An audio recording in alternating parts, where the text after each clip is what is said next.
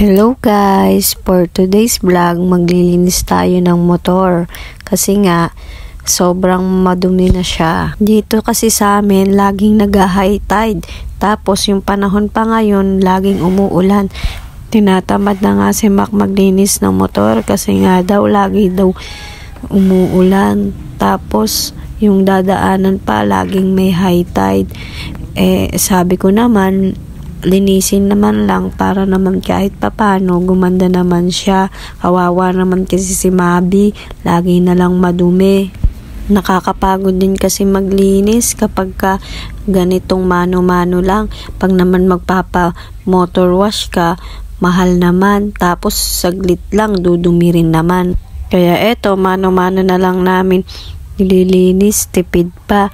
Tapos bukas may pasok na siya, kaya eto, kailangan malinis tong si Mabi. Gusto pa naman ni Mac, kailangan pagka naglilinis siya hanggang kadulot-duluhan, kasingit-singitan ng motor nalilinis niya.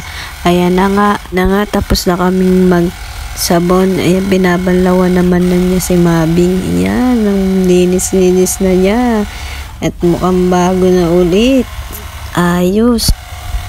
O diba, kahit di ka na magpa-car wash, sa bahay lang pwede na. Practical na ngayon ng buhay. Kailangan mong dumiskarte upang makatipid ka. Kaya ikaw, kung sino ka mang nanonood, magtipid ka na din. Yun lang. Salamat.